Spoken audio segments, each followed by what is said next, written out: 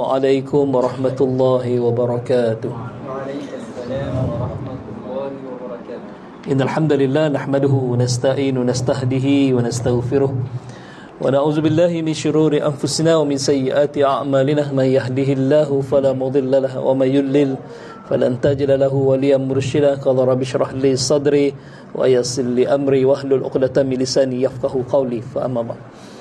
Berbagai Tuan Imam, Tuan Bilal seluruhnya pengerusi serta ahli tuan kuasa surau, tuan-tuan, puan-puan, muslimin, muslimat yang dirahmati oleh Allah Subhanahu wa taala sekalian.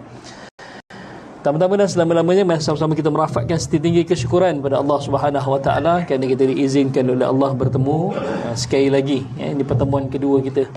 Sebab itu kata orang tua kalau jodoh tak ke mana kan.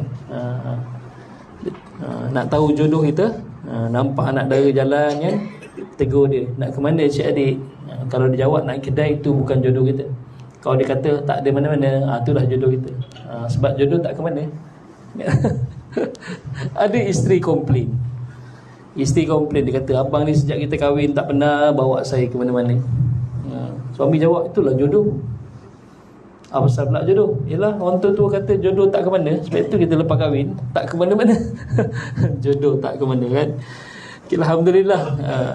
Mudah-mudahan duduk kita dalam majlis ilmu ini insya-Allah Allah kira sebagai ibadah yang akan memberatkan neraca timbangan kita dan seterusnya. Kita layak untuk beroleh syafaat Nabi sallallahu alaihi wasallam dan juga syurga Allah Subhanahu wa taala. Insya-Allah, amin ya rabbal alamin. Okey, kita masih lagi dalam mood tahun baru Hijri. Rasanya tak terlambat kalau saya ucapkan selamat tahun baru 1445 Hijrah, 1445 Hijrah. Mudah-mudahan dengan datangnya tahun baru ini akan memberikan satu sinar yang baru juga kepada kita dalam ibadah kita, dalam pengabdian kita pada Allah Subhanahu wa taala, dalam kehidupan kita. Mudah-mudahan kita berhijrah ke arah yang lebih baik insya-Allah. Tapi biasalah bila masuk azam baru ni, apa yang popular iaitu azam tahun baru. Azam tahun baru. Kita orang Islam ni untung sebenarnya. Bila masuknya tahun baru Hijrah, azam kita ni lebih bersifat Islamik berbeza kalau tak ada tahun baru Hijrah, tahun baru Masihi 1 bulan 1 2023. Azam yang biasa, yang popular adalah azam yang berbentuk duniawi semata-mata. Satu kajian yang dilakukan oleh majalah Times tentang azam yang paling popular di dunia ini. Kalau di sebelah Europe sana, azam yang paling popular adalah melancong, holiday, bercuti. Okey. Dan di sebelah Nusantara ni atau sebelah Asia ni, di sebelah Asia terutamanya Malaysia, Indonesia, Thailand, azam yang paling popular adalah menurunkan berat badan. Azam yang paling popular adalah menurunkan berat badan. 31 hari bulan 12 setiap tahun akan dikaji apa azam yang paling berjaya dan apa azam yang paling tak berjaya. Malangnya azam yang paling tak berjaya dicapai adalah menurunkan berat badan. Menurunkan berat badan. Bila masuk tahun baru 1 hari bulan 1 tahun 2024, bila ditanya apa azam tahun baru, jawapan yang paling popular adalah meneruskan azam tahun lepas yang tak tercapai. Iaitu menurunkan berat badan. Beli basikal, tayar basikal je kempis. Perut tuan dia tak kempis-kempis. Perut tuan dia masih bengkak lagi, tak kempis-kempis. Yang kempis tayar basikal je. Semangat beli basikal sampai 2,000, 3,000. Ada beli sampai 20,000 basikal. Baru kayu, first time kayu, diikut orang yang dah expert 20 km. Orang kayu taman dulu kan. Ambil feel dulu, kemudian bina dulu, otot-otot dulu, barulah ikut yang orang pergi 20 km. Kita 20 km balik menyesal lah Sejak beli itulah pertama kali ride, dan itulah kali terakhir ride yang basikal kita 20,000. Itulah azam kita. Sebab kalau kita tunjuk perkataan azam ini, azam ni maksudnya cekal. Azam ni adalah kecekalan. Azam ini adalah kerja keras. Sebab itu kalau kita lihat Nabi Ulul Azmi, Adakah Nabi yang mempunyai cita-cita? Tak. Nabi yang Nabi Ulul Azmi dibezakan para Nabi dan para Rasul Allah. Kalau mengikut ibadahnya semua sama, semua sama hebat. Walaupun Nabi SAW telah memuji ibadah para Nabi, yang terbaik adalah ibadah Nabi Daud AS, iaitu berpuasa sehari, berbuka sehari. Maksudnya hari ni puasa, besok tak puasa, lusa puasa, tulat tak puasa. Itu ibadah Nabi Daud. Nabi SAW puji ibadah Nabi Daud.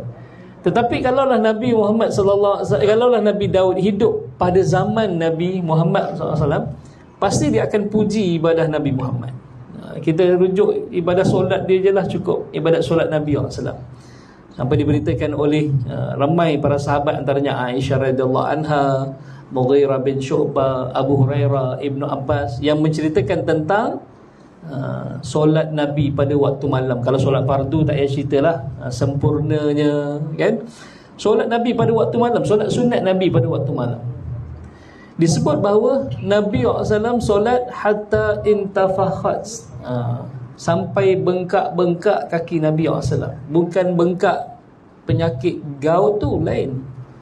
Tu kita penyakit gout tu yang lain tu. Nabi SAW bukan bengkak kerana gout. Bengkak maksudnya otot Nabi ni keras, otot Nabi ni bengkak. Bukan kaki kat sendi tu yang sakit, otot Nabi SAW. Sebab lamanya Nabi berdiri, lamanya Nabi rokok, sehingga sahabat dan isteri Nabi SAW risau kalau Nabi sujud, Nabi rokok, macam dah meninggal lah. Sebab itu datang sahabat pada Nabi SAW, tanya, Atataklafu hadha ya Rasulullah, kamu diberatkan dengan solat juga ke ya Rasulullah? Qad ghafarallahu ma taqaddama min zambik wa ma ta'akhir. Bukankah Allah telah ampunkan dosa kamu yang terdahulu dan akan datang? Sahabat nak beritahu Nabi SAW, kalau Nabi SAW tak solat macam ni pun tak apa, wahai Rasulullah, kamu tetap masuk syurga. Allah ampunkan dosa kamu yang terdahulu akan datang. Kalau tak solat macam ni pun tak apa. Tapi apa jawapan Nabi? Qala afala akunu abdan syakura. Bukankah aku buat ni nak membuktikan bahawa aku adalah hamba Allah yang bersyukur, yang berterima kasih. Sehingga bengkak-bengkak Nabi SAW. Baik, itu dalam satu hadis dalam kitab Syama'il Muhammadiyah, bab ibadah Nabi SAW. Aisyah menceritakan tentang solat malam Nabi SAW. Rakaat pertama Nabi baca surah Al-Baqarah. Rakaat pertama 286 ayat. Ini 286 ayat kan. Kita baru sajadah je pun dah dah mengeluh kan.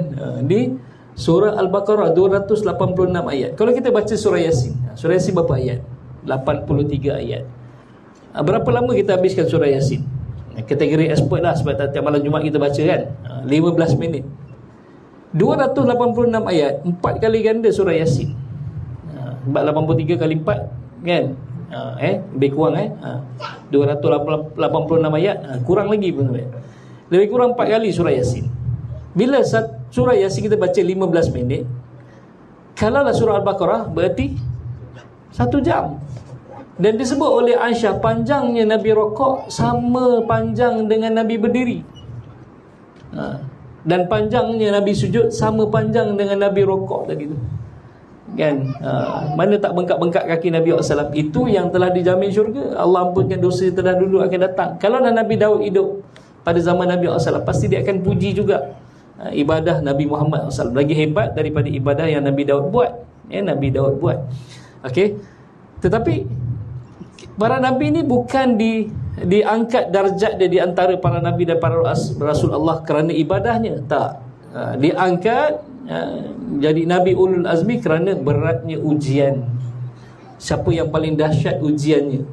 Siapa yang paling dahsyat ujiannya? Itu Nabi Ulul Azmi. Kita lihat Nabi Nuh AS. Nabi Nuh, ujian dia Masya Allah. Dia berdakwah kepada kaumnya. Dalam Al-Quran disebut 1000 tahun kecuali 50. Berarti 950 tahun Nabi Nuh berdakwah. Yang mengikut dakwah Nabi Nuh berapa orang? 83 orang je. Nak dinisbahkan dengan 950 tahun tu bermaksud setiap 10 tahun baru seorang pengikut Nabi Nuh. Tapi cekalnya dia, tabahnya dia kan, bekerja keras dia nak tarik orang lagi supaya beriman pada Allah. 10 tahun akan datang baru 2 kan. Contohnya kita nak buat ni lah, persatuan penduduk Persatuan Penduduk. Kita pun iklankanlah. Setahun seorang dia ahli daftar. Kan? Setahun pun dua ahli. Kita nak bermesyuarat pun berdua je. Macam mana ni? Engkau pengusi, aku timbalan pengusi. Macam tu. Okey, kita kena kerja keras lagi cari penduduk. Tahun kedua baru 2 orang ikut. 2 orang je yang daftar. Penduduk ramai, tapi baru 2 orang daftar. Persatuan Penduduk 2 orang ahli. Nak mesyuarat pun tak apalah, kita pilih-pilih lah siapa nak jadi pengusi tahun ni. Engkau pengusi lah, tahun lepas aku dah. Engkau jadi seterusnya okey, aku jadi seterusnya kan. Tahun yang keempat baru 4 orang. Aduh, lagi macam mesyuarat ni 4 tahun baru 4 orang daftar, sedangkan rumah ada beratus ahli, rumah unit kat sini kan. Yang 4 orang je. Rasa-rasa kita kata kita bubar je lah Persatuan Penduduk ni, sebab 4 tahun baru 4 orang daftar. Tapi bagaimana cekalnya Nabi Nuh AS? 10 tahun baru seorang ikut. 950 tahun baru 83 orang ikut Nabi Nuh AS. Sebab itulah dia tergolong dalam golongan Nabi-Nabi yang ulul azmi. Dia tu azam ni maksudnya cekal, kerja keras. Kita ni bila azam nak kurus, nak turunkan berat badan, kena bersusah payah. Kena bersusah payah. Kena catu makan. Tak boleh lagi makan macam biasa. Okay. Lepas tu kena jogging, kena work out, angkat besi. Baru hari pertama angkat besi dah bayar yuran setahun. Sehari je itu je. Besok lepas angkat besi, nak angkat takbir, Allah, tak boleh angkat takbir kan. Aduh, semua ni dah bayar setahun dah. Aben je lah setahun tu, dah tak larat. Sebenarnya sebab itu apa namanya panggil, kalau kita pergi ke gym tu banyak kata-kata no pain no gain, apa umpamanya kan. Kalau kita tak memang sakit, kita tak akan boleh dapat bentuk yang badan yang cantik sebenarnya kan. Sebab itu kena sakit. Jadi bila kita berazam, kita bersusah payah. Kita bersusah payah. Dan bila masuk azam tahun baru kan, kita bila sebut azam tahun baru, Allahumma salli, kita akan tahun baru hijrah, kita akan berazam dengan azam yang lebih baik, ataupun azam yang bentuk islamik sikit, bukan azam duniawi. Apa dia? Kita nak solat berjamaah di masjid 5 waktu, tu mungkin azam kita. Ataupun kita nak perhebatkan ibadah kita biar lebih ataupun nak memperbanyakkan sedekah kita, ataupun kita nak jadi hamba Allah yang beriman, itu itu disebut tentang tu. Tapi disebut oleh para ulama, kadang-kadang kita ni tak boleh nak istiqamah. Kenapa? Tak boleh nak istiqamah. Kenapa? Ingat tak kuliah saya yang lepas, bila kita bicara tentang halangan yang disebut oleh Imam Al-Ghazali bila kita nak jadi baik, salah satunya apa? Sebab kita ni manusia. Manusia ni berasal dari manusia ni dalam bahasa Arab dipanggil insan. Insan. Rupanya insan ni terbit daripada perkataan nisyan, lupa. Kita ni manusia yang lupa. Tapi Allah SWT bukan hina kita, maksudnya kita ni lupa. Allah nak kita ni sedar diri. Dan Allah tak tinggalkan kita terus lupa. Ingat tak yang lepas kita bincang ada 4 yang Allah beri kita alam penggera kan, supaya kita ni tak terus lupa. Macam kita susah nak bangun pagi lah kan. Bila Ramadan kita susah nak bangun sahur. Minggu pertama memang struggle gila kita nak bangun sebab sebelum ni tak pernah bangun, tiba-tiba nak bangun pukul 5 bangun sahur. Kita punya takut terbabas ni kita set alam ni pukul 4 pagi dah. Pukul 4 pagi. Kemudian kita ni ada perangai suka matikan alam ni, jam ni, matikan handset, raba-raba mati. Kita takut terbabas, tak sedar nak sahur, kita set lagi 4 suku. Tak cukup 4 suku, 4.5. Tak cukup 4.5, 4.45. Dan last pukul 5. Pukul 5 matikan hidup. Okey, bunyi lagi, matikan, bunyi lagi. Dan alam kita biasanya bunyi macam mana? Mana ada bunyi yang mendayu-dayu? Dia punya bunyi, Masya Allah, kita pun menyampah dengan kan. Mana boleh pasang alam yang bunyi harmonis je lagunya, damai je lagunya. Tak ada. Kita pasang alam yang memang kita sendiri menyampah dengan. Tu kalau kadang-kadang pergi solat subuh tu kan, tak tahulah macam mana dia setting pukul 6.30 kan, tengah solat bunyi makmum yang tengah solat dia kata, ya Allah, ada setiap alam pukul 6.30 ni mesti bangun pukul 6.30 dari pagi ni. Sebab Kalau tak, kenapa bunyi 6.30 kan? Kalau dia bunyi pukul 5 okey lagi. Dia bangun pukul 5 orang ni. Ni bangun 6.30, lah solat subuh pukul 6.30 ke orang ni kan? Tengah-tengah solat tu masih boleh bercakap lagi. Tengah-tengah solat boleh bercakap lagi. Kan? Tu. Kita ni Allah beri 4 kan alat penggera, supaya kita ni tak terus lupa. Kita ni manusia yang sering lupa sebenarnya. Sering lupa. Jadi 4 perkara itu, yang pertama Al-Quran. Al-Quran. Allah beri kita Al-Quran supaya kita ni tak terus lupa. Okay? Al-Quran pula, Quran dia punya tuntutan dia adalah qara'a. Qara'a ni maksudnya kena baca. Al-Quran kalau simpan dekat rumah tak baca, memang tak akan jadi peringatan pada kita sebenarnya. Tak akan jadi peringatan pada kita. Kalau kita baca alimat nafsum ma qaddamat wa akharat, nanti di padang mahsyar nanti semua manusia, setiap jiwa tahu ma qaddamat, mana yang didahulukan, wa ma akharat, mana yang dikemudiankan. Kalau kita nanti di dunia dulu kita sibuk tentang dunia, kita lupa akhirat, di padang mahsyar kita sendiri tahu dah kita lebihkan mana, lebihkan dunia ke lebihkan akhirat. Sebab itu bila berada di padang mahsyar, kata Allah SWT, alimat nafsum ma qaddamat wa akharat. Lebih dahsyat daripada itu apa? Lebih dahsyat daripada itu adalah kita ni, Allahumma salli alaihi, tak payah Allah bukakan buku amalan kita sebenarnya. Kita boleh tahu daripada kecil dosa apa kita buat. Tu alimat nafsum ma qaddamat wa akharat. Sebab itu kalau kita baca Quran, kena baca dan faham maknanya, bukan sekadar baca.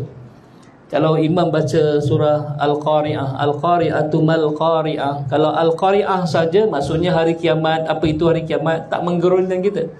Qara'ah ni maksud dia adalah pukul ni, ketukkan, letupan, ledakkan. Tu maksud Qari'ah.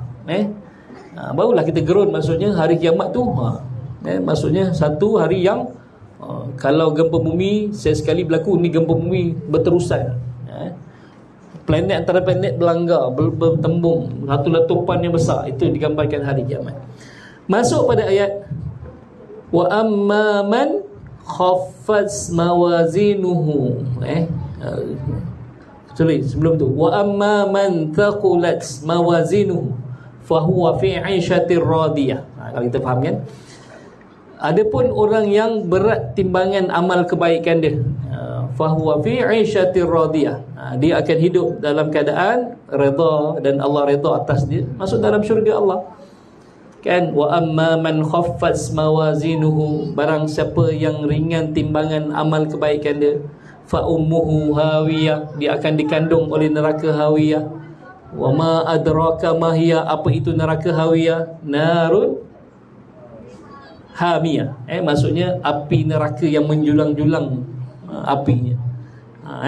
Kalau kita faham. Kemudian satu lagi kita baca, wa may ya'mal mithqal. Kadang-kadang bunyi misqal kan. Kalau imam salah makhraj, dia kena huruf sa, bukan sin. Kalau sin jadi misqal. Pak imam depan baca wa may ya'mal misqal. Misqal pula Pak imam ni kan. Misqal, 2 kali misqal. Wa may ya'mal misqal. Yang ayat kedua misqal lagi kan. Bukan misqal, mithqal. Wa may ya'mal mithqal, barang siapa yang mithqal ni maksudnya amalan kebaikan dia tu, mithqal seberat zarah. Zarah ni mikro. Nak tengok mikro kena pakai mikroskop. Tak boleh tengok dengan mata kasar ni. Kena ada satu alat yang kat makmal tu yang teropong, tengok baru nampak, tu dia panggil mikro tu. Kena pakai mikroskop nak tengok mikro ni. Tapi yang Allah sebut dalam Al-Quran ialah mithqal. Mithqal ni adalah seberat zarah. Sekarang ni tak ada teknologi yang boleh kaji berapa berat zarah, tak ada. Tapi kalau besar zarah dia teropong, lepas tu dia zoom 2 kali 1000 kali ganda, 2000 kali ganda zoom, lepas tu dia ambil ukuran, dia letak titik ni tik, lepas tu dia tarik dia tik. Okey, boleh tahu 0.0000001 milimeter besar zarah ni. Tetapi tak ada teknologi yang boleh timbang berapa berat zarah ni. Berarti memang tak boleh, sangat ringan. Kalau kita nak timbang apa? Nak timbang emas pakai dacing yang timbang durian, boleh bergerak tak jarumnya? Tak boleh, sebab spring dia keras. Dia kena ada timbang yang khusus, yang sangat sensitif. Timbang dia pun kecil je, kecil, letak situ baru boleh tahu 1 gram, 2 gram kan. Dia tak boleh pakai timbang yang kita nak timbang durian tu, tak boleh, tak bergerak. Okey. Sekarang dia tak ada satu teknologi yang boleh pukul berapa berat mikro ni, sel dia berapa berat dia, tak boleh. Tapi Allah kata wa may ya'mal mithqala dzarratin, kalau dia buat amal kebaikan walaupun seberat zarah, yarahu, dia akan lihat nanti di akhirat. Wa may ya'mal mithqala dzarratin syarra yara, kalau dia buat kejahatan walaupun seberat zarah, seberat zarah, yarahu, dia akan lihat nanti di akhirat. Tahu tak asbabun nuzul pada kisah pada ayat ni? Kisahnya ada 2 orang sahabat yang baru masuk Islam. Dia ni saling berselisih pendapat lah. Dia kata kalau kita infak kecil ataupun dengan jumlah yang sedikit ni, Allah tak hitung kot. Contohnya nak buat surau ni berapa ratus ribu ni, mungkin 200 ribu nak buat surau ni. Kita infak 10 sen. Bila surau ni dah siap, harga 200 ribu, kita cari mana 10 sen aku Kalau nak cari mana 10 sen aku, tak nak beli yang ni, tombol ni pun dah berapa ringgit dah, mungkin 5-6 ringgit, 10 sen aku kat mana? Tak nampak kan? Tak nampak 10 sen tu. Jadi sahabat ni, dia bila masuk Islam, dia ingat infak yang besar je bahawa Allah kira, infak yang kecil Allah tak kira. Tu pendapat dia. Seorang lagi pula berpendapat kata, kalau kita buat dosa kecil ni, Allah tak balas kot nanti kat akhirat, kan? Sebab kecil sangat. Apa dosa kecil? Kita jalan kan kat pokok-pokok, pokok-pokok ni kita jalan, kita petik daun hijau. Petik daun hijau tu dosa kecil. Kadang-kadang tangan kita kan jahat, jalan-jalan tak hijau, koyak-koyak kan buang, kan? Tu dosa kecil. Tapi tak apa, dosa kecil ni boleh terampun dengan istighfar. Dosa besar kena taubat. Dosa besar kena taubat. Jadi sahabat ni kata, tak kalah sekecil daun selai tu pun Allah nak hukum kita ke akhirat. Kecil sangat. Dan pokok tu pun tak mati sebenarnya. Pokok tu tak mati dengan selai daun yang kita ambil. Takkan Allah nak balas. Jadi 2 orang ni datang jumpa Nabi SAW. Ketika tu Nabi sedang makan dengan para sahabatnya, termasuk Abu Bakar As-Siddiq. Ini asbabun nuzul, sebab turun ayat ni. Bila 2 orang ni kata, ya Rasulullah, betul ke kalau kami ni buat dosa kecil Allah tak hitung nanti kat akhirat, Allah tak balas, sebab kecil sangat dosa yang kami buat? Seorang ni kata, betul ke ya Rasulullah kalau kami infak dengan jumlah yang sangat kecil ni, Allah takkan balas nanti akhirat sebab sumbangan ni kecil sangat, infaknya kecil sangat. Nabi diam sebentar. Ketika tu datang malaikat Jibril bacakan, wa may ya'mal mithqala dzarratin khairan yara wa may ya'mal mithqala dzarratin syarran yara. Kan? Yang maksudnya kita faham tadi. Selepas daripada Nabi bacakan ayat ni kepada sahabat, 2 orang sahabat ni, sahabat tadi pun berlalu pergilah. Dah dapat jawapan rupanya, oh bukan, salah. Kalau kita buat dosa kecil pun nanti Allah akan tunjukkan di akhirat dan Allah akan balas. Seorang lagi, oh rupanya salah, kalau kita infak walaupun 10 sen, Allah akan balas berlipat kali ganda nanti. Ni dia mengikut ayat tersebut. Apa yang berlaku kepada Abu Bakar As-Siddiq bila dengar ayat ni? Apa yang berlaku pada Abu Bakar As-Siddiq bila dengar ayat ni? Hilang selera makan.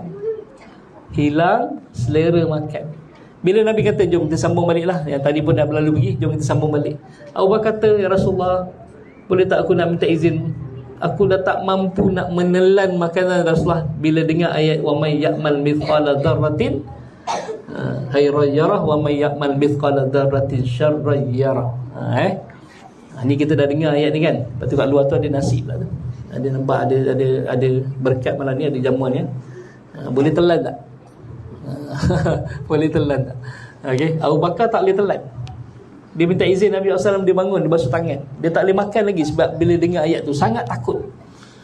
Sangat takut tentang Allah, dosa kecil pun Allah akan hitung. Macam ni dosa besar? Abu Bakar kata. Tu. Sebab mereka faham dengan ayat tu. Mereka faham dengan ayat tu. Sebab itu kita ni tak boleh nak istiqamah, kita pun tak boleh nak tetap, sebab Al-Quran tak jadi penggera pada kita. Al-Quran kita set tapi tak bunyi pun. Set tak bunyi pun. Sebab kita tak faham apa yang Allah nak sampaikan pada kita. Itu kita kena sekarang ni berazam. Aku dah khatam mungkin 5-6 kali dah. Sejak daripada kecil dulu 5-6 kali khatam dah. Tapi pernah tak kita khatam dengan kita memahami apa maksud Al-Quran? Mungkin tak pernah kot. Al-Fatihah mungkin tahulah, itu pun sebab ada lagu segala puji bagi Allah. Tuhan semesta alam. Ingat tak lagu tu, Dek? Maha pemurah lagi maha penyayang, yang menguasai hari pembalasan hanya kepadamu. Bunyi pula tengah solat, ya Allah. Dia nak terjemah dalam solat, kami menyembahmu, kan? Ya Allah, hanya kepadamu kami mohon pertolongan. Itu terjemah. Kalau tak ada lagu tu mungkin kita tak tahu nak terjemah, kan? Kan? Alhamdulillah ada lagu-lagu macam tu. Masuk Qul huwallahu ahad, Allah dah pening dah. Kan? Qul huwallahu ahad, katakanlah bahawa dia iaitu Allah ahadun, satu. Orang tanya sikit je, kenapa tak wahid? Wahid kan satu. Kenapa Allah sebut ahad dalam surah Al-Ikhlas ni? Surah apa nama dia? Al-Ikhlas. Baru tahu surah Ikhlas, kan? Kenapa surah Ikhlas tak ada perkataan ikhlas pun dalam Qul huwallahu ahad? Tu kita kena kaji semua tu. Supaya kita tahu kenapa namanya surah Al-Ikhlas.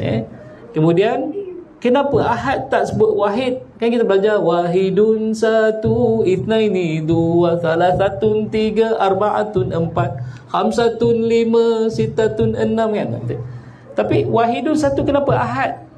Rupanya dalam tafsir sebut kalau wahidun dia ada sifar iaitu kosong, ada sifar, yang kedua lepas tu ada itsnain, ada dua. Sebab itu tak wahidun. Qul huwallahu wahidun, tak.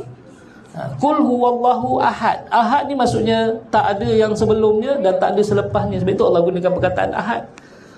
Habis Ustaz, hari Ahad sebelumnya Sabtu, itu hari bukan bilangan. Ada pula yang macam tu, kalaulah hari yang Ahad tu satu, bukan. Ahad tu hari, bukan bilangan. Bilangannya wahidun. Jadi kalau kita nak kata Allah tu berapa, Allah tu tak ada sebelumnya, tak ada selepasnya. Sebab itu Allah guna perkataan ahad. Baru kalau Allah ahad, belum lagi masuk surah-surah yang lain. Sebab itu kita kena kaji, bukan sekadar baca. Kalau kita baca tapi tak memahami apa yang kita baca, dia tinggal penggera yang tak menggera ataupun tidak menyedarkan kita. Tidak menyedarkan kita. Okey?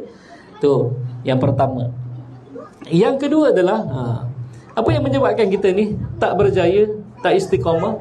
Sebab kita hidup atas dunia. Atas dunia. Okey, dalam bahasa Hindustan pun dunia dia panggil dunia. Dunia ni berasal daripada kalimah dunuun. Dunuun ni tuan-tuan, maksud dia apa? Sesuatu yang dekat dan sementara. Bila kita sibuk dengan dunia, kita kejar yang sifatnya sementara, yang melalaikan kita. Innal hayatad dunya la'ibun wa lahwun, kata sesungguhnya kehidupan dunia ini adalah la'ibun wa lahwun, maksudnya adalah dia ni menghiburkan kita je, melalaikan kita je hidup atas muka bumi ini sebenarnya. Dan Allah sebut inna daral akhirati lahiyal hayawan. Akhirata, inna daral akhirata lahiyal hayawan. Bila terjemah macam tu lagi pening. Sesungguhnya negeri akhirat adalah hayawan, binatang terjemahan dia. Haiwan kan, binatang terjemahannya. Sebab hayawan tak, dalam terjemahan hayawan adalah kehidupan. Dia berasal daripada kalimah hayun, kehidupan. Jadi inna daral akhirata lahiyal hayawan, bukan haiwan. Maksudnya sesungguhnya negeri akhirat itu adalah lahiyal hayawan, sebenar-benar kehidupan. Sebenar-benar kehidupan. Kenapa Allah beri nama dunia ni sifatnya sementara? Supaya kita ni jangan terpedaya dengan namanya dunia ni yang penuh dengan kenikmatan, penuh dengan keseronokan. Dia tak kekal. Sebab itu dunun bermaksud adalah sementara. Macam kita pernah tak fikir rumah kita nanti di akhirat? Kan? Kat dunia ni kita nak beli rumah, Masya Allah. Rumah ni saya tak tahu apa, 300,000, 400,000, 500,000 dah, 300,000. 300,000 nak bayar duit per guam, nak dia punya apa, down payment dia 10% semua tu kan. Lepas tu campur duit per guam semua, mau-mau dekat RM50,000 dah nak bayar semua tu kan. Mana kita nak dapat RM50,000 tu? Bolehlah potong KWSP sikit, keluarkan untuk buat bayaran untuk 10% dan seumpamanya kan. Berapa tahun nak dapat kumpul RM50,000 tu? 10 tahun. Tak dapat 10 tahun kumpul 50 ribu tu. Mungkin lebih daripada 50 ribu. Berarti kita dah bekerja lebih 50 tahun untuk kumpul 50 ribu tu. Dah dapat duit, dah dapat rumah pula, dah sign agreement, kena bayar pula tiap-tiap bulan. Kena bayar pula tiap-tiap bulan. Tiap-tiap bulan kita tak cukup dengan kerja hakiki kita sebab gaji tak besar sangat. Kita buat part time, bawa Grab, buat overtime, kita buat Grab food ataupun food panda, kan, sebab nak bayar rumah. Bukan nak bayar rumah, nak bayar kereta lagi, nak bayar apa semua, kan. Oleh kerana kita kerja keras sangat sebab nak bayar semua tu, pendek umur pendek umur, kan. Meninggal lah kita, sebab sakit, kan. Sakit sebab fikir nak bayar rumah, nak bayar kereta, otak stres, sakit, kan. Bila meninggal kita, isteri kita pula habis iddah, kahwin dengan orang lain, dapat suami baru.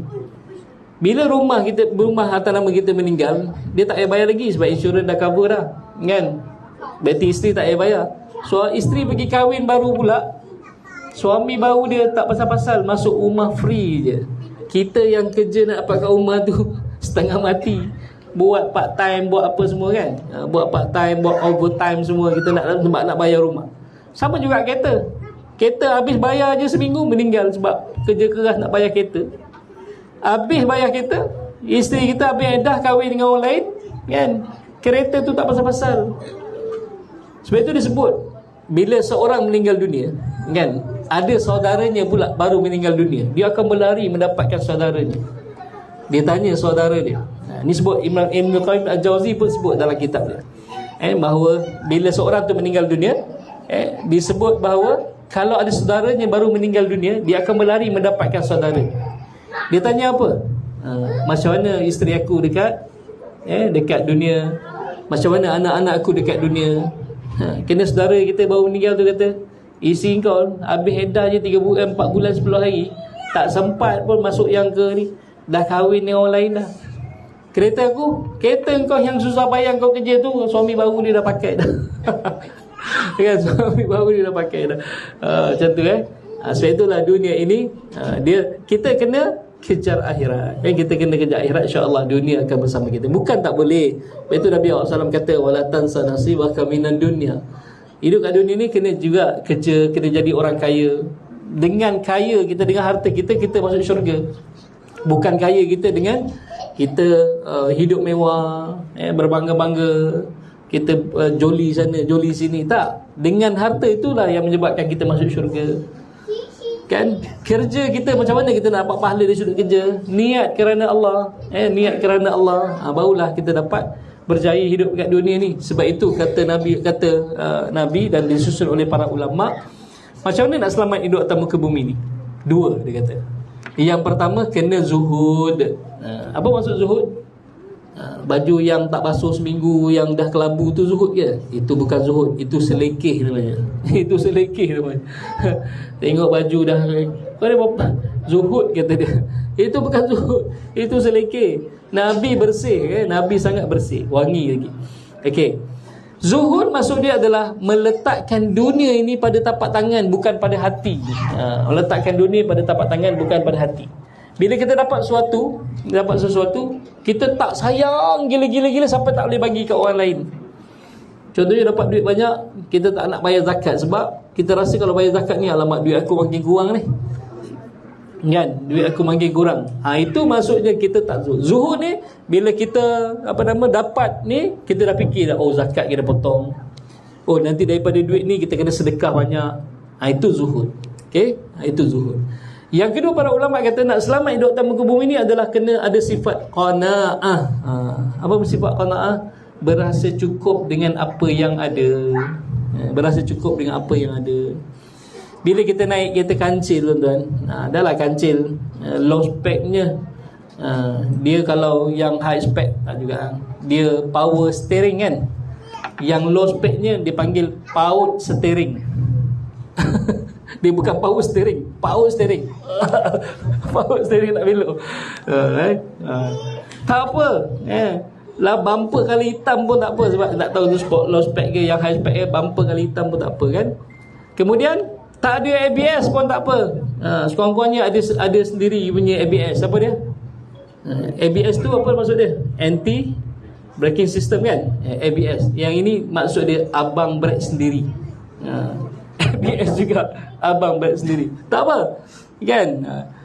Kena tengok sebelah pula. Okey, sampai kat traffic light tengok sebelah. Ya Allah, kesiannya dengan anak dia, dengan isteri dia berhujan. Hujan pula tu dah turun, dah renyai-renyai.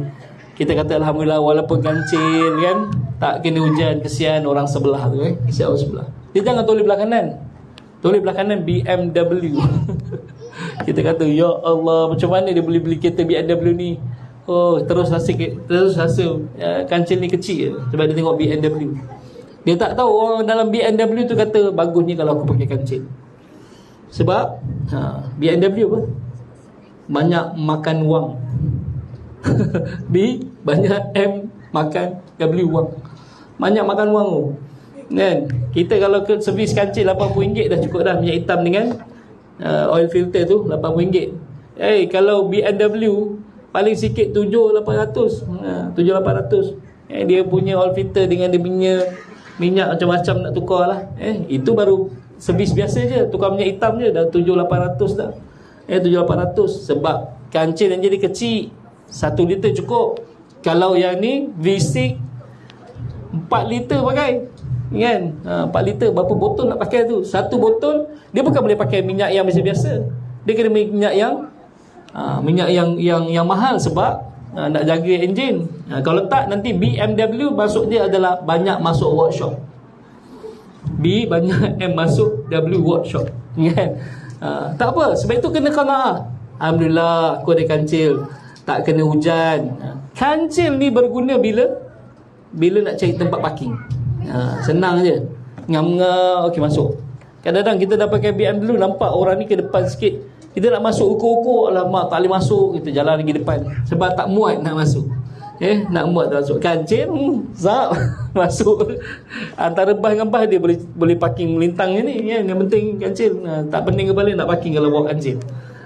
Kalau buat BMW nak parking pula susah. Sebab tu kadang-kadang kalau kita bawa kancil tak apa, kerana cukup dengan apa yang ada. Cukup dengan apa yang ada. Saya pakai Belfire tuan-tuan kat depan tu bukan saya punya, orang hadiahkan saya. Saya kalau ikut Belfire tak mampu, saya tak boleh. Orang hadiah, ustaz pakai lah ni untuk ceramah-ceramah kan. Itulah dia hadiahkan Belfire. Saya pakai aje lah. Saya servis je lah, servis minyak hitam, tambah rotek.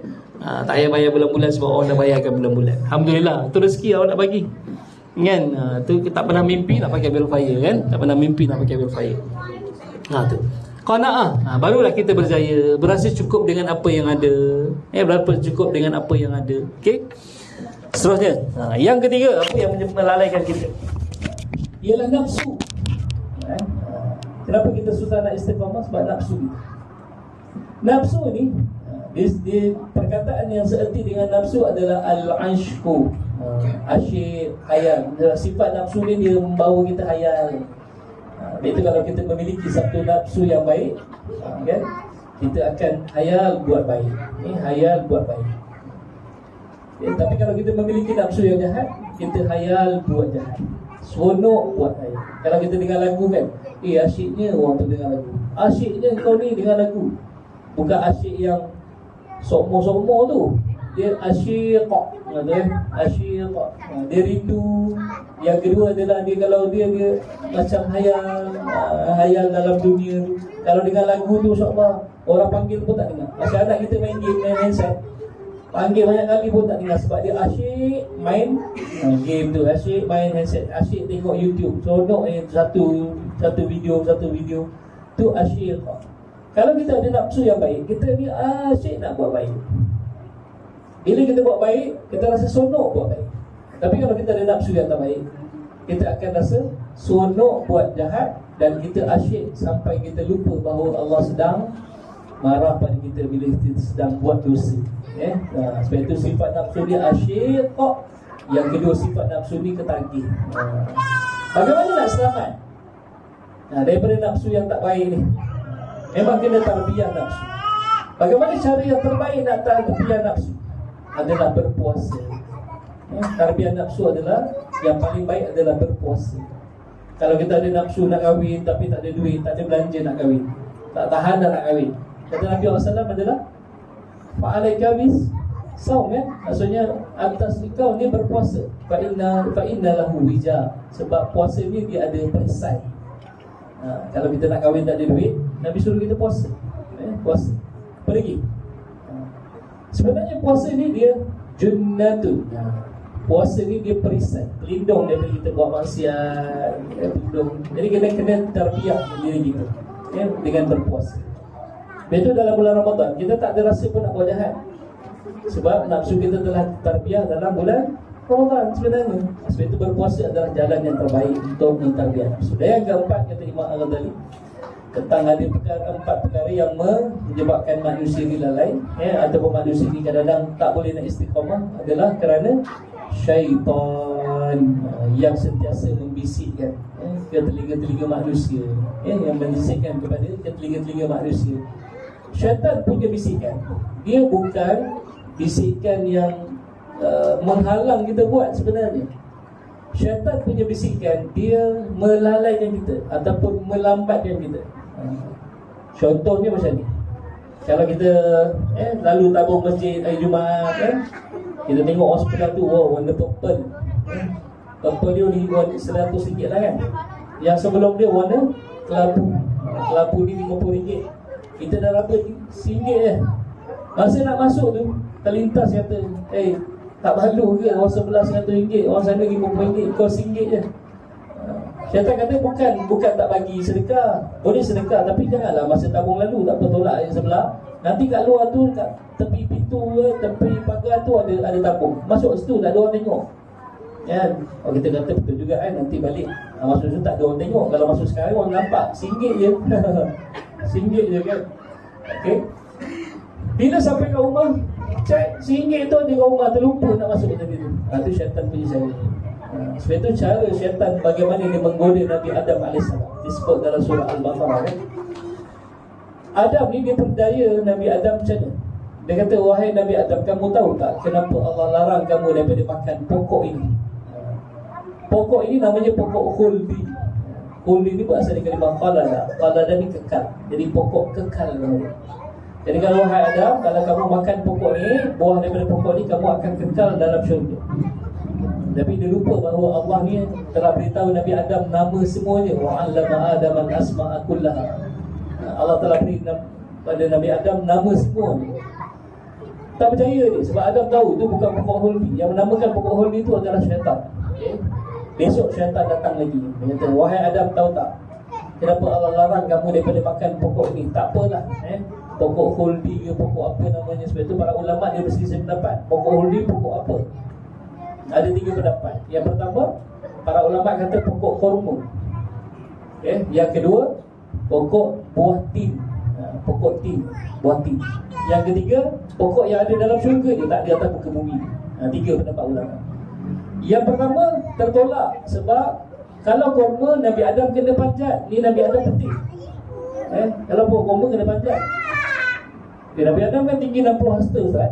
Kalau 60 hasta, takkanlah pokok korma pun macam saiz pokok dekat dunia ni, kan? Besar pokoknya. Jadi kena panjat. Yang kuat adalah pokok tin, sebab petik. Pokok buah tin ni, dia punya pokok dia tak besar, rendah. Iaitu buah tin. Iaitu Nabi SAW kata, kalau boleh aku katakan ada buah yang turun daripada syurga, maka inilah buahnya, iaitu buah tin. Sebab dia memenuhi ciri-ciri buah dalam syurga. Buah dalam syurga tak ada biji. Buah dalam syurga tak ada biji. Itu kenikmatan. Sebab kalau ada biji, dia akan menyusahkan penghuni syurga nak buang kat mana biji ni. Sebab ahli syurga ni dia takut nak membuang sampah merata-rata.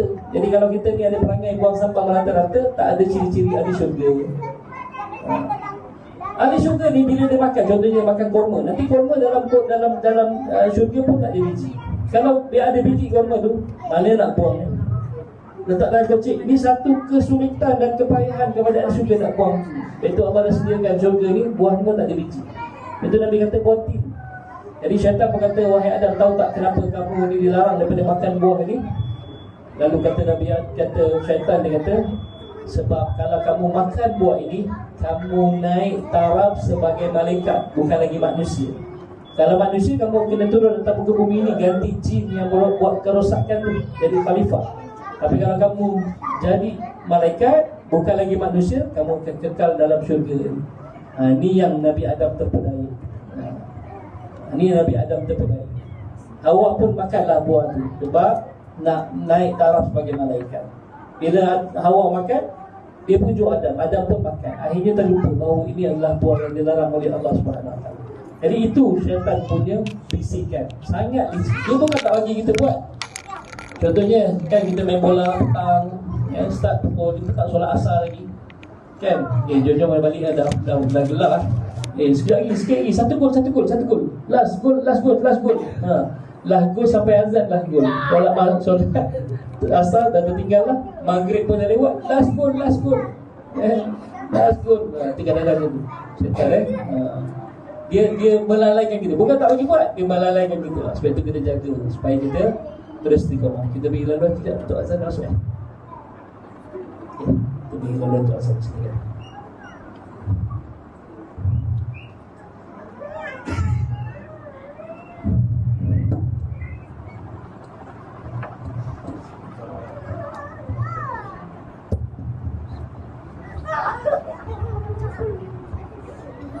Allahu Akbar,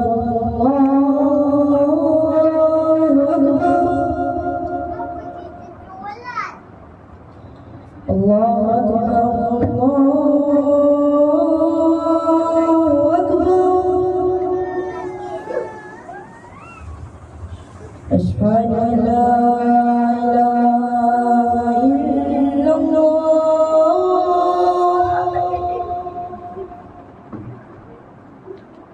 أشهد أن لا إله إلا الله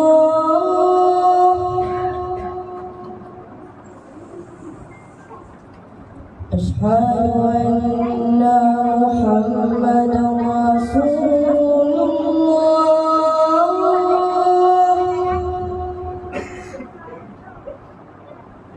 أشهد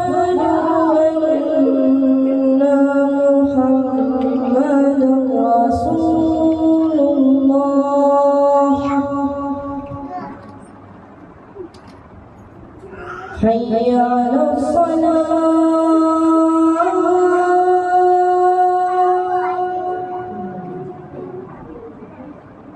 حي على الصلاة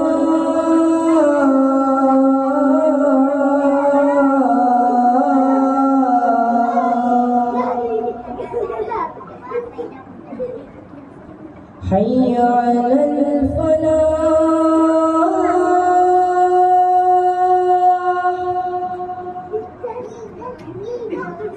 حي على الفلاح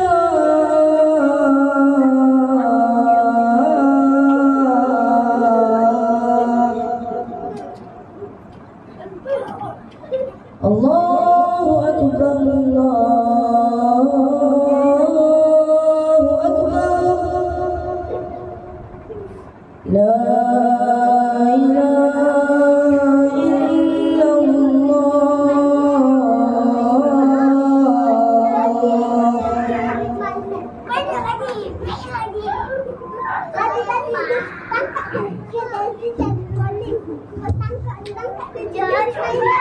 Okey. Bagaimana ulama susun cara nak mengelak daripada godaan syaitan? Yang pertama ialah isti'azah, iaitu kita kena berlindung pada Allah Subhanahu Wa Taala. Kita selalu baca a'udzubillahi minasyaitonir rajim. A'udzubillahi minasyaitonir rajim. Jadi itu cara yang pertama. Cara yang kedua, kita nak kita nak minta perlindungan daripada syaitan adalah kena sentiasa dalam keadaan berwudu, kata para ulama. Sebab syaitan ini masuk dalam jasad manusia ni daripada rongga-rongga yang terbuka ni, lubang hidung, mulut. Lepas itu bila kita mulut ni menguap, kita kena tutup. Nabi pesan tutup sebab syaitan akan masuk daripada rongga yang terbuka ni, mulut, telinga, sebab itu walaupun anggota wuduk tu sunnah dia, basuh telinga sunnah, tak basuh sah wuduk kita. Tapi dengan wuduk basuh telinga ni, syaitan tak boleh masuk daripada telinga kita. Gombong-gombong sunnah dia. Kalau tak gombong-gombong ni sah. Anggota wuduk 4 ni kan, muka, kemudian tangan hingga ke siku, paduan kepala dan kaki sampai ke pukulan lipat je yang rukun. Yang komo-komo basuh tangan 3 kali, masukkan air dalam hidung, istinsyaq tu masukkan air dalam hidung, tu sunnah. Tapi sunnah itu besar dia punya manfaat fadilatnya. Sebab syaitan akan masuk daripada lubang hidung. Kalau kita ambil wuduk tak masukkan air dalam hidung, itulah tempat syaitan masuk. Itu solat kita juga terganggu, hayal dan seumpamanya. Sebab perkara yang sunnah pun kita tak buat. Perkara yang sunnah pun kita tak buat. Alah, sunnah je, kita panggil sunnah je. Tetapi itu besar manfaat supaya syaitan tak masuk melalui hidung kita ni dan masuk dalam hati kita, melalaikan kita sedang solat. Itu orang yang sentiasa dengan wuduk, dan wuduk yang sempurna akan mengelak daripada gangguan syaitan. Kalau dalam solat lah. Kalau orang yang sentiasa berwuduk dengan wuduk yang sempurna, sepanjang masa dia akan dilindungi daripada syaitan. Nak bisikkan kepada kita perkara-perkara yang tak baik pun. Sebab itu Nabi SAW sebelum tidur, Nabi SAW berwuduk sebelum tidur, supaya tak nak ada gangguan syaitan. Tak nak ada gangguan syaitan. Ibu pula kita kata, Ustaz, tapi kalau tersentuh isteri, alamak batal, kira ambil uduk semula ke? Tak payah. Nabi kata uduklah seumpama uduk orang yang ingin mendirikan solat. Apabila salah seorang kamu datang ke tempat pembaringanmu ataupun tempat tidurmu, maka beruduklah seumpama uduk orang yang ingin mendirikan solat, kata Nabi SAW. Bukan uduk untuk solat. Kalau uduk untuk solat, memang kalau isteri kita sentuh, batal lah batal lah solat kita. Kita baru naik atas katil, isteri jangan peluk, saya duduk. Susah pula. Dah masuk atas katil, tendang pula kaki isteri. Allah, batal duduk. Ambil wuduk lagi balik semula. Memang sampai pagi tak tidur. Tak berwuduk seumpama wuduk orang yang ingin mendirikan solat. Sebab dalam tidur kita ni, kita akan diganggu oleh syaitan dengan mimpi yang buruk, dengan yang azan tak apa, baru azan belum komat lagi. Syaitan kata, tidurlah, tadi kau tidur lewat kan. Jadi wuduk yang sempurna menghalang daripada gangguan syaitan. InsyaAllah, mudah-mudahan apa yang kita dengar pada hari ini, bagaimana nak istiqamah dalam hijrah kita. Nak istiqamah dalam hijrah, yang pertama memang kita kena kenal diri kita ni. Kita memang selalu lupa. Itu kita berazam pun tak boleh nak capai, sebab kadang-kadang tahan seminggu je azamnya. Sebab kita ni mudah lupa, kan? Mudah lupa. Lepas tu kita baca Quran pun tak rasa takut, kan? Sebab kita tak faham apa yang kita baca. Kemudian diganggu pula dengan kehidupan dunia, kan? Kehidupan dunia. Dia dah jangan diri sedap ni, kan? Lagi-lagi malam ada bola. Panggillah ceramah siapa pun. Final PLFA, Ustaz Kazim datang pun masjid tak penuh orang, sebab orang nak pergi tengok bola. Tengok bola. Lagi jangan Liverpool lawan Manchester United, memang penuh lah kedai-kedai mamak, kan? Masjid kosong lah. Tu sebenarnya. InsyaAllah mudah-mudahan apa yang kita dengar ni ada kebaikan untuk kita. Aku lihat hadza wa astaghfirullah wa lakum. Assalamualaikum warahmatullahi wabarakatuh.